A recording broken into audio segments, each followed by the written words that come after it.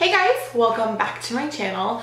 Today is going to be a full face of old favorites. Kind of curious to see if I still love them the way I did once upon a time. So it's going to be all products that are all throwback, stuff that I was obsessed with, stuff that was down to the very last bit. You'll see my eyeliner is literally down to like this. I'm just curious personally because I get super wrapped up into like needing the newest and the best, and I was gonna say the new and the next. Just needing, you know, something new because it's new, even though I have tons of stuff like this already in my collection that I don't even touch anymore. So this is a tried and true, did I love it because it was popular or did I love it because I loved it? Let's get into it. First things first, primer. Today we're going in with the Milk Makeup Blur Stick, and this was like my favorite thing on the planet once upon a time. Granted, I had much worse skin, like I was super broken out, my pores were huge. It wasn't a good look then. Since then I started really taking care of my skin. At the time I would like sleep with my makeup on, didn't care, wouldn't really use a good cleanser to take it all off either. But this is something that I loved. So let's see if I love it the same way. The convenience is nice, that's for sure. So I used to go like this. Huh. It's really heavy feeling. Forgot about that. Granted, I know, but this is actually how much I used to use. So, and then I would just rub it on. Not bad.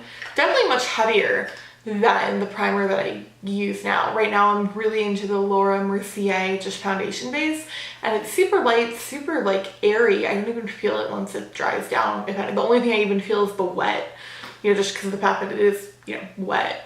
This is like, this alone feels like more makeup than I wear an entire full face, my current routine. Next is foundation, and I used to do something a little weird.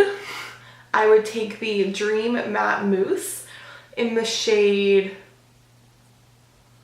Classic Ivory 2 Light.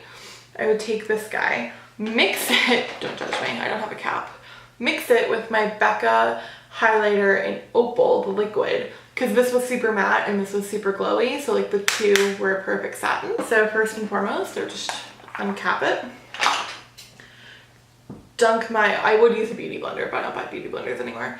So I would use this, just get all in there. And then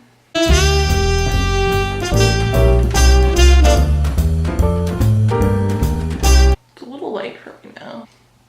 It's okay. I know, it was my holy grail once upon a time. This is the first foundation that I ever used, like ever, like back in high school. So maybe it's just more nostalgic than it is beneficial, but me. So what I would do is I would take this guy. This technique I still use, but the product is different. So I would take my BECCA, squirt a little bit out, and I would just go. Just anywhere that I want extra glow. I always wanted my cheeks to be glowy. And then if I had any extra, just wipe it off. But then I would just take the excess and put it everywhere else so it was mildly even. That is still really pretty. But I don't know, don't love the foundation. Not the way I used to. Next is concealer.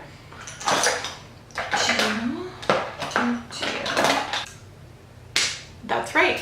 I didn't used to use concealer because that's a newer need. My life a little more stressed, a little more sleepy. So I don't have an old school concealer to show you because that's literally within the past 3 to 4 months that I started branching out into concealer.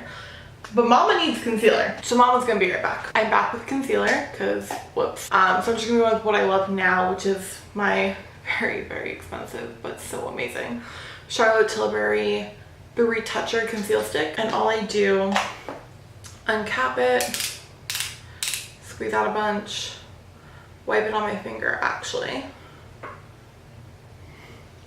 warm the product up in my hands so it blends in easier, and I just go tap, tap, tap, tap, tap. And then I go in with my sponge. Imagine if I just kept it like this. it, man. As you get older, you lose sleep. I remember being like a teenager and thinking like my life was going to be perfect forever and that I was never going to get wrinkles because I just slept and had a stress-free life and the only thing to worry about was school. And life changes, bro. And then powder. I still use the same powder that I used to love. I go back and forth between three. It's either the RCMA No Color, Charlotte Tilbury Airbrush Flawless Finish, or just my Maybelline Fit Me, which I've been using for I can't even tell you how long. But this guy in 125, it's that perfect, like, for me, balance of mattifies but doesn't make you lifeless. So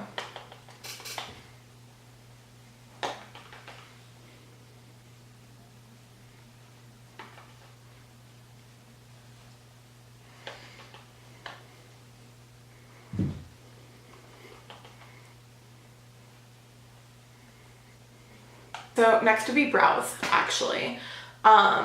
So I don't even think the color matches me, but I still have it, and to see if I still love it even in formula. Anastasia Tinted Brow Gel. Remember this puppy? I have the color Caramel, which my hair color is the same, so not a caramel girl, but we'll see.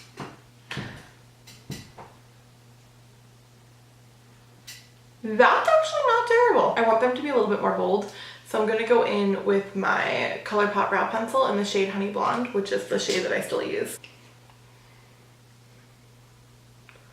Just fill in the sparse spots.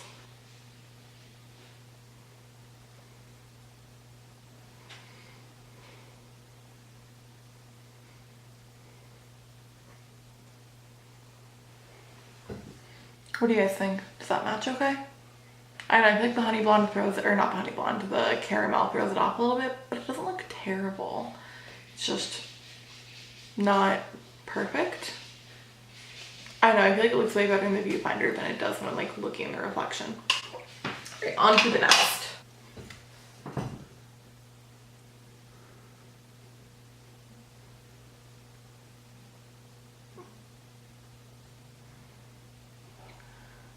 I forgot how much I like this formula. It was so light. Like it didn't have like tons of like, you know that feeling when your brows are just like crunchy? It never gave me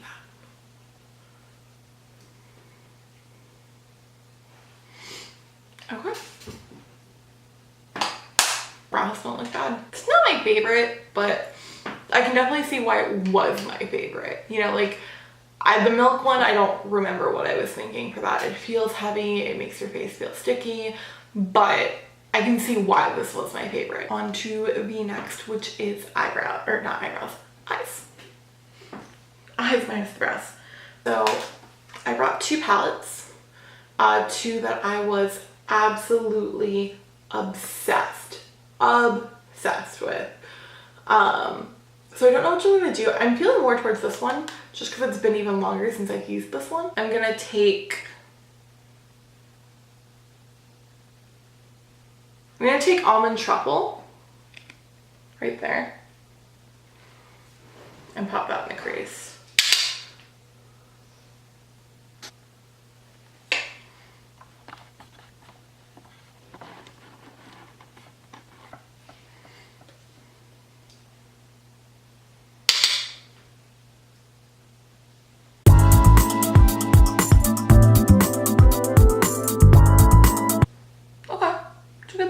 Do that on the other side. Okay, I would say that's a pretty good starting point. Almond Truffle is kind of like a taupey pinkish brown. It's on the lighter side. I don't know that I want to go too dark today. Do I want to add something else to my crease? I don't know. Maybe I'll do a little bit of mocha, which is somewhere over here. I can't tell, but mocha. That's darker than I wanted to go, but it's there now, so we're going with it. And then I'm really torn. My two favorite shades in this palette used to be Molasses Chip, right there, and then Cafe Ula, that one right there. I don't know which one I want to use. I think I use Molasses Chip more, So let's go with molasses chip. I would always take my Laura Mercier caviar stick when I use molasses chip. It's this rose gold cream eyeshadow, and it just made it pop so much more. So let's go in with that. Just really quick all over the eyes. Kind of scribble it. And then I just blend it with my finger.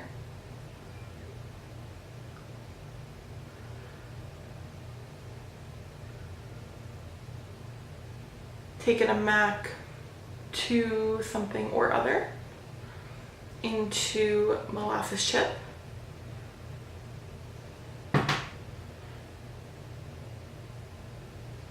Oh yeah, this is beautiful. I miss this shade. I need to use this more. And on the other side. Now we're just gonna reblend it so there's no harsh edges. When I was using this, I never used to put shadow on my outer corner. It just wasn't, I don't know, I never liked it. Or I guess it's not that I like it, it's just I could never do it right. So I don't want to go crazy because it wouldn't be true to the tutorial, because then, you know, it's not something that I used to do. But I think I'm gonna do a little bit. I'm gonna zoom you back in. So we're just gonna take, we're gonna take a little bit of this one right here. Malted, tap our finger into it, and then just tap it on the outside. This is what I like to do when I want a little bit of definition, but nothing too dramatic. So let's just do the lower lash line really quick.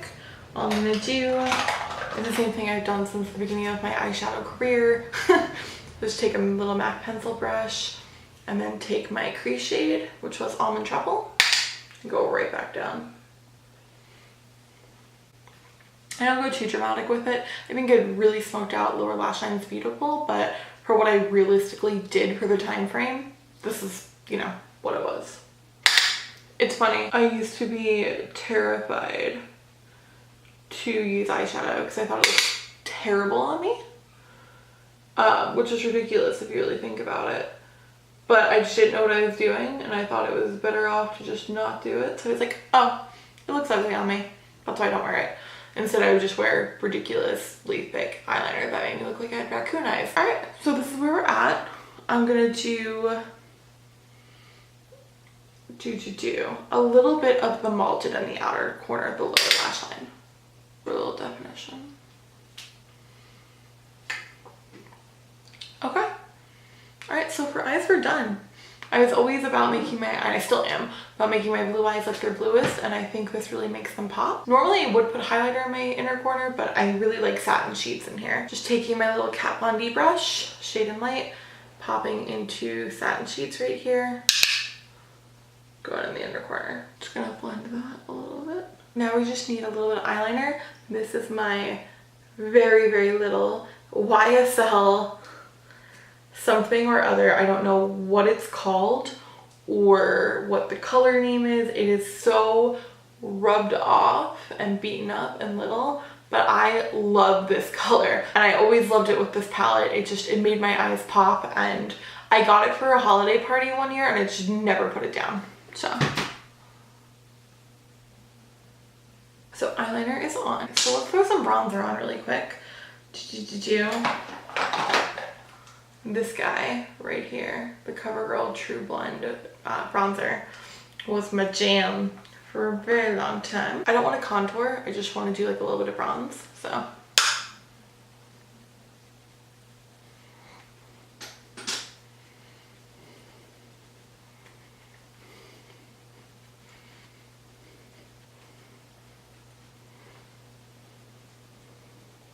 Then I was obsessed with the Too Faced Sweetheart blush in Peach Beach. It was just pretty and bronzy, and like pink but peach but bronze. I loved it, so to go along with all of this.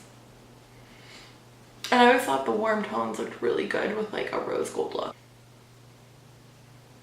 So my top two highlighters were MAC Soft and Gentle and the Essence Nude one, but this is newer to like what I was obsessed with, so I think we should stick with Soft and Gentle. I think it's gonna be a little too dark for me right now, but we'll make it work.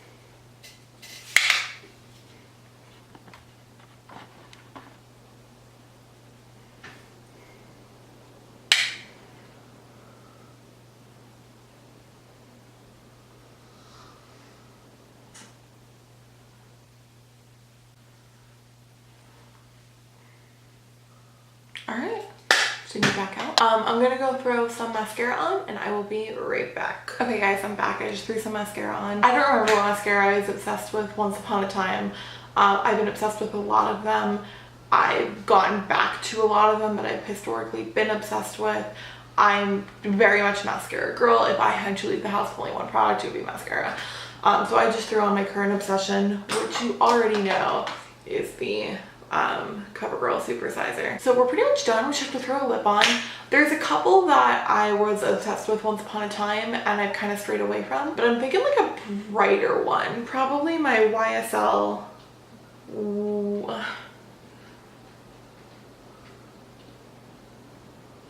I don't even remember what this is called, but it's YSL. I'll put the link down below because I don't know off the top of my head. I have to go look to find it. But I know it's a stain gloss thing.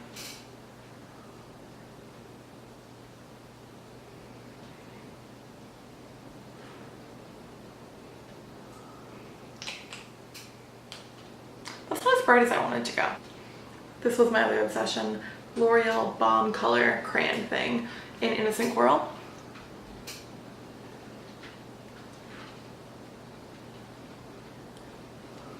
Not what I initially planned, but the two together are really pretty. All right guys, that was everything.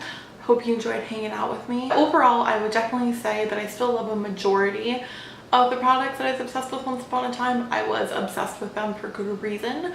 The only real duds in here, the Fit Me Mousse, don't love that. And the other one would be the Milk Makeup. Other than that, everything else was good, still is good. Definitely wouldn't complain. So thanks for hanging out with me. Have a good rest of your day and see you guys soon.